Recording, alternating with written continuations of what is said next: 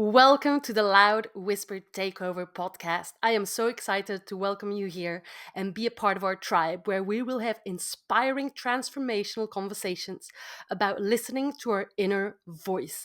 This guidance that is telling us to really take action, to shift direction, to change gear when this intuition calling, inspiration, conversation with your higher self or God or the universe is becoming so loud and present in our lives that we can no longer ignore it, that we are facing a question. Will I shift gear, change direction, or take a leap of faith now? And do I trust it? It is often in those moments that we transform our lives deeply. All the conversations in this podcast is about reconnecting with this deep intuition and also listen to it with an open heart and reconnect with it on a really deep level. Some people will call it intuition, other a calling, a conversation with God, or higher self talking to us, or a connection with the universe. Whatever the words you would like to use, I want this podcast for you to give you that oomph to take action again and live your life to its fullest potential. While this podcast will be about inspiration, motivation, and transformation, you will also walk away with some practical tips. We will have conversations with people in the world of film, dance, acting, theater, but also with people from the world of sports, martial arts, Krav Maga, combat sports, stunts, and so much more. Hi, my name is Cindy Claes. I'm an athletic creative. I'm an actress, film, dance, theater maker. I'm a public speaker. Everything I do has an athletic component, from weightlifting to Krav Maga to screen fighting to dance. I made many unconventional choices in my life and my career. Therefore, I also lived in many different countries. So, this podcast, while mainly hosting episodes in English, will also host a couple of bonus episodes in French, Dutch, and Spanish. While we are waiting for the big launch of the Loud Whisper Takeover podcast, here is a teaser just for you. I will share a tiny piece of my own story because I believe that you will recognize yourself in it. Let's start the conversation here. Many people will say, what would you tell your younger self? And while we know that our younger self would be absolutely blown away by what we have achieved so far, I'd rather turn that question around and say, what is my future self trying to tell me now? Today, I'm super proud to say that I'm an actress that worked alongside incredible people. For example, I worked on a film, Daniela Forever, where I was acting alongside Henry Goldings, a famous and well-known actor. As a dance and theater maker, I've won a couple of prizes and awards for my work. But what people don't know is that in 2018, I had a massive crisis where I had to make space for it to happen because I was stuck in a cycle of being a dance teacher. And while I was a good dance teacher, and while I had a lot of people at my dance classes, and while I enjoyed it, it was not my life's purpose. Today, people look at me as being an incredible athlete. I can work out like a soldier, like a true warrior. I can go and do 17 hours of Krav Maga training in a week. I can go to the gym and lift weights heavy. On top of all of that, I still keep up with my animal flow training, my dance training, and so much more. Yet, what people don't know is that a couple of years ago, in 2020, I had a massive health crisis. I had zero energy and I was absolutely not in control of my body anymore. I was extremely overweight and I couldn't lose weight and I didn't know what was happening with my body. I actually was at the beginning of obesity. So, what brought me to becoming this athletic creative I am today? I truly believe that one of the secret ingredients was listening to what my future self was trying to tell me and reconnecting with that deep intuition that was guiding me and that was making me take life decisions that really made me sit on the edge of my seat, not knowing what was going to happen next, but just having trust and the courage to take a leap of faith. Let's rewind to 2018. I was a dance teacher, mainly in the world of hip hop, dancehall. I was also at the time a choreographer and a theater maker. At some point, one of my dance students was working at a corporate job, and as part of her corporate job, she was allowed to take one afternoon a week to help other people in the community or in London, because I was living in London at the time, to develop their business, to develop their practice, to do some community work, but basically offer her skill set for people to benefit from it, and all of that while being paid by the company. She approached me and she said, Cindy, I absolutely love your ethos. I love what you stand for as an artist, and I really want to help you make all your projects and your dance projects and your theater projects, like, take it to the next level. Let me help. Me and her sat down because she wanted to hear about my bigger dreams.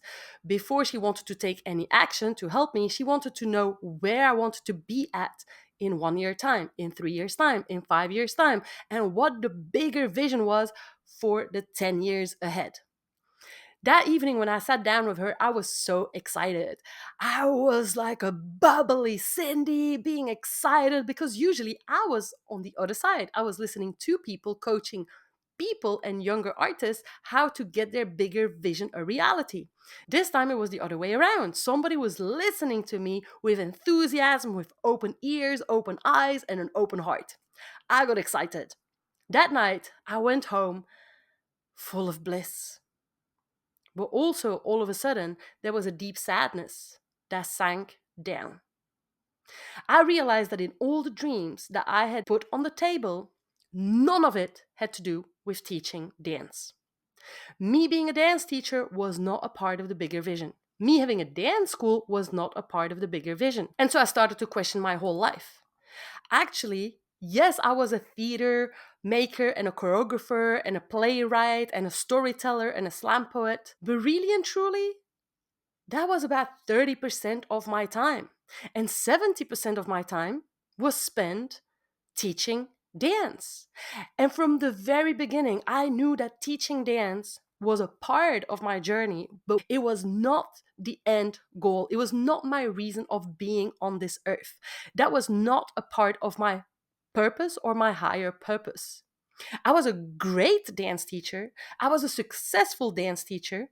I was passionate about researching all the dance forms I was teaching. I was an ambassador for the cultures that I represented. I wanted to be an authentic dance teacher, but it was not part of my 10-year vision. And when I was sitting down in the sofa that evening, I thought, if I continue in this direction, spending 70% of my time teaching dance and only 30% of my time working on the bigger vision, will I really get there in 10 years' time? I had been saying for years, one day, someday, I will stop teaching dance. One day, someday, I will increase my income and the number of gigs and contracts I have from theater making, from dance making, from choreography, from writing, from slam poetry, and so forth. And one day, someday, I will stop teaching dance.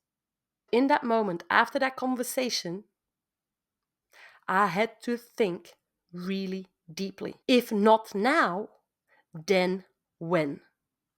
The next morning, I called Hannah, who was my dance student who offered me help.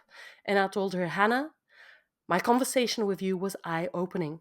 I'm actually going to stop teaching dance. I announced to all my dance students that I was retiring from teaching dance within the next 3 months. I had no plan B.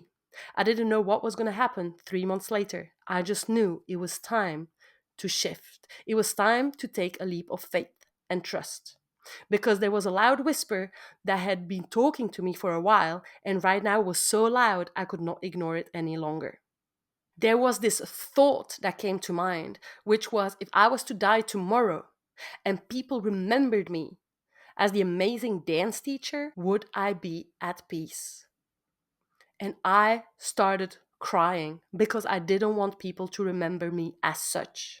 Yes, I was a great dance teacher. Yes, I enjoyed it. And I enjoyed teaching dance until my very last class. But I knew that that was not the path I was meant to be walking right now, right here on earth.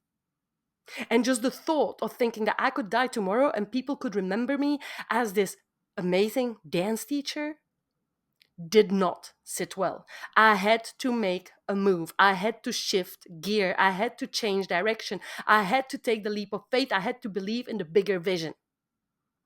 Was there fear involved? Was there doubt involved? Absolutely. Was there excitement involved? Absolutely.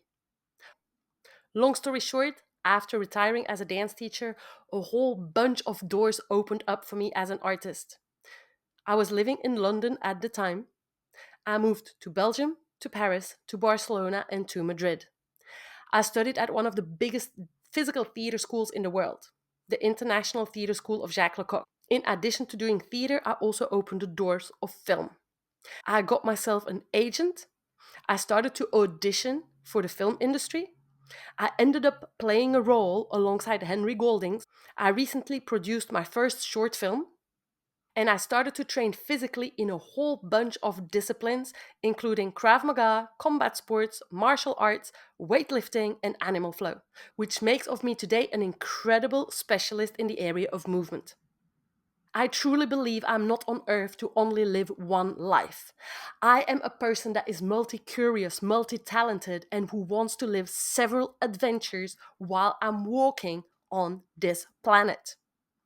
And I know that we, as a collective, as creatives, have this longing for adventures, for living different seasons with different intensities and different life chapters.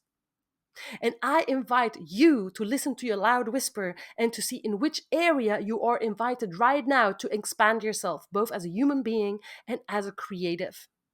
Many adventures are awaiting for you. Your inner voice, your inner intuition, this guidance, this calling is just waiting for you to say yes. Yes, I heard you. So, welcome to this tribe of people who really, really train themselves to listen to their future selves. Let's train our mind, our hearts, and our souls to listen to that message that is there, really deep in our hearts, and that is only awaiting for us to open our ears to listen to its melody. I can't wait to launch this podcast and have interviews with incredible guests who will tell you how they started to listen to their loud whisper that they could no longer ignore and how they changed their lives, both as human beings and in their careers as a creative. This was a teaser while we're waiting for the real launch. Make sure that you follow and subscribe to the Loud Whisper Takeover podcast. See you soon.